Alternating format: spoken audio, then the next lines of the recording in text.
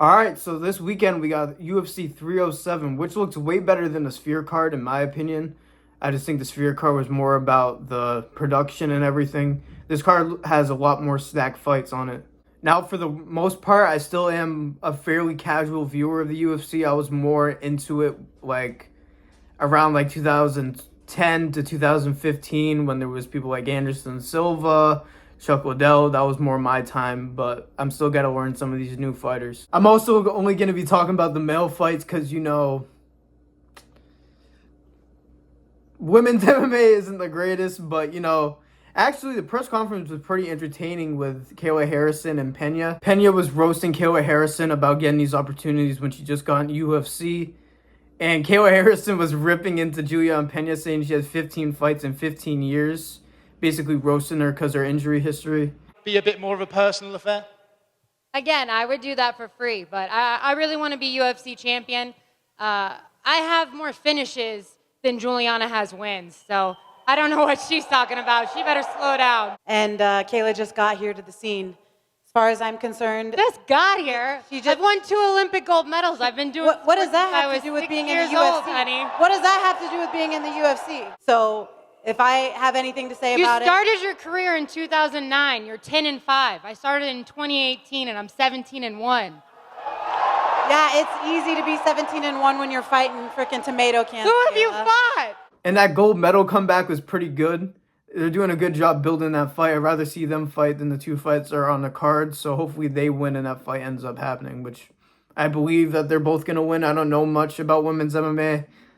I have 100% men's demographic so far, so I don't think my audience would mind me saying that. And I've also been awful at predictions on these events, so I'm going to try to have a better prediction rate on this one. So the first fight that I'm going to be talking about is Roman Dolidze versus Kevin Holland. Now, Kevin Holland's last fight was against, Roman Dolidze's last fight was against Anthony Smith.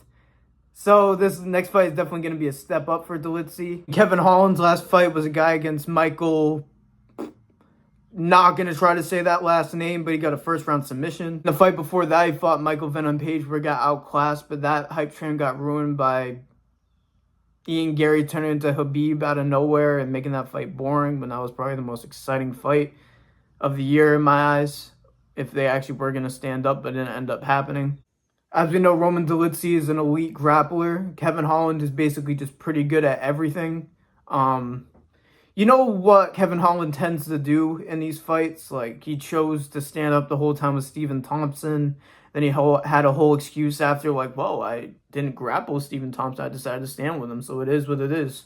So I wonder if he has the same mentality with this fight where he loses and he's like, oh, well, I tried to grapple Roman Dolidze, so I don't really know, to be honest, but the hunch that I get is Roman Dolidze is going to submit Kevin Holland. I also predict we get another one of these exchanges when he's talking shit on the ground.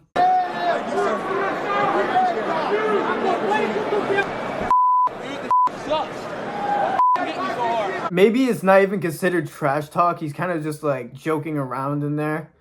But yeah, I could definitely see Kevin Holland just kind of playing into his own hubris like usual. And Dolidze only has 3 losses and Kevin Holland has 11. So Dolidze is probably going to be way more title hungry.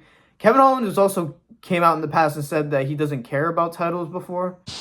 Why are you not focused on the belt? Like, why is that something that doesn't... Why are you guys so focused on the fucking belt all the time? Like, well, excuse my language, but why are you so focused on the belt? I just told you I'm not worried about the belt, then you go back and repeat, ask me about the belt. Like, I'm not worried about the belt. Why are you so worried about the belt?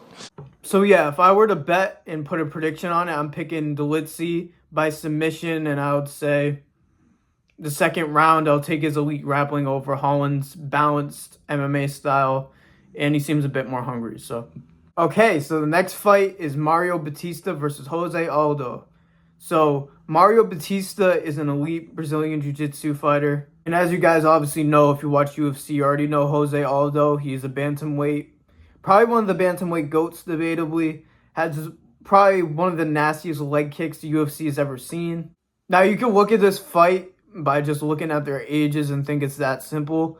But Jose Aldo fought Marab, as you know, is the current champion of the UFC, and unfortunately, And he stuffed like 10 plus of his takedowns. Like Merab failed like a historic amount of takedowns in that fight. Jose Aldo has very underrated grappling skills.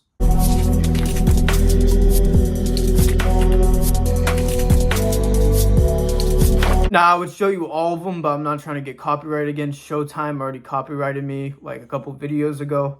So yeah, it's big time fuck Showtime. We showed 5 seconds of a clip of Mayweather punching McGregor, and it got blocked globally, and I had to trim it out of the video. So yeah, trademark this, Showtime. Like, you're literally the most shit boxing promotion. I'm just gonna try to avoid any clips from you guys, because clearly you like abusing the copyright system, so fuck y'all. So anyways, if I were to pick this fight, I probably would go Mario Batista, even though I love Jose Aldo. We're still going to look at this at the end and be like, damn, Jose Aldo still got it, but now he's 38. Batista's just going to grapple him and win by decision like he did in the last fight, most likely. Not going to be the most exciting fight. I think this may be a bit of a stinker, but we'll see. Maybe Jose Aldo makes it entertaining. I really want Jose Aldo to win, but if I were to bet on it, I'm saying Mario Batista by decision. Make sure you subscribe if you want to hear more about influencer boxing, and UFC. I cover it all. Just throwing this in the middle of the video because some of y'all forget. I know how it is. Please sub and hit notifications if you want to see me post.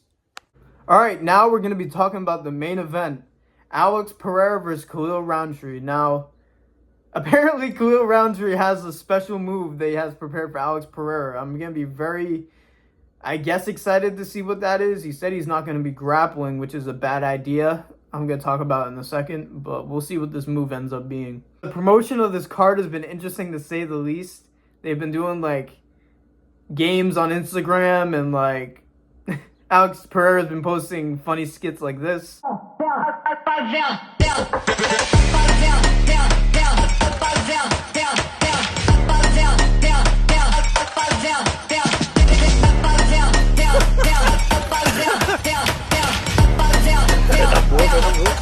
Which is pretty base, to be honest. And I totally didn't screen record that off Twitter. My hands are cleaner off this one. I totally don't screen record the clips I use.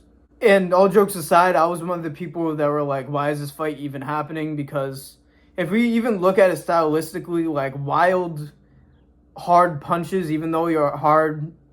Hey. I mean, when you throw wild, hard punches, sharp boxing is going to win every single time.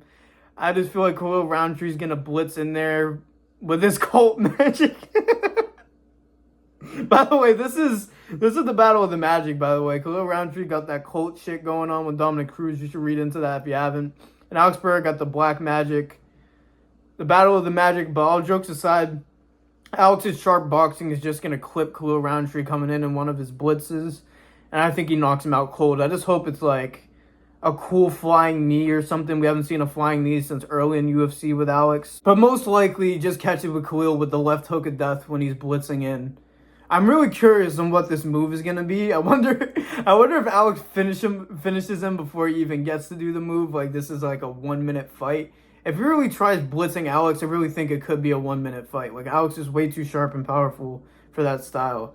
That's why I thought this fight wasn't a greatest idea, but Khalil has a great story, even though if you look into the story now, it's a bit shady. But overall, I get it, but we're just going to have Alex look great here. Obviously, I don't want to see Ankalaev knee Alex in the back of the thigh for a whole fight, so I prefer this instead of that, to be honest. All right, so my prediction is Alex Pereira, first round knockout. I'm going to say left hook, but I'm going to also say he does some cool shit. I think he does a flying knee or a spinning kick. But because of how Khalil Rountree fights, I think it's as simple as a left hook is what's going to finish him. So that's my breakdown of the main fights on the UFC card this weekend. We'll see if Khalil Rountree has this cult move in his bag like he says he does. Obviously, I love Alex Pereira. If he fucking loses because I'm the worst predictor of all time and I just give off bad omen, I'm going to be pissed. If Alex Pereira loses, it's my fault. I'm just letting you know now. I pick Alex officially for first time on my channel. He might lose. So do not parlay my picks. I'm just telling you right now because I have some sort of omen so far that I just can't get these fights right. So yeah, let me know what fight predictions you disagree with, which fight predictions you do agree with. Let me know what you think fight of the night's going to be in the comments. Let me know who you think's going to have the best knockout. We all know it's going to be Alex, but knowing that I predicted him, he's probably going to end up dead somehow in the middle of the octagon, but I hope not. Thank you all for watching. Like always, please like, subscribe. It really helps the channel out a lot. I'm still trying to grow here. And like always, thank you for listening to me yap. Peace out.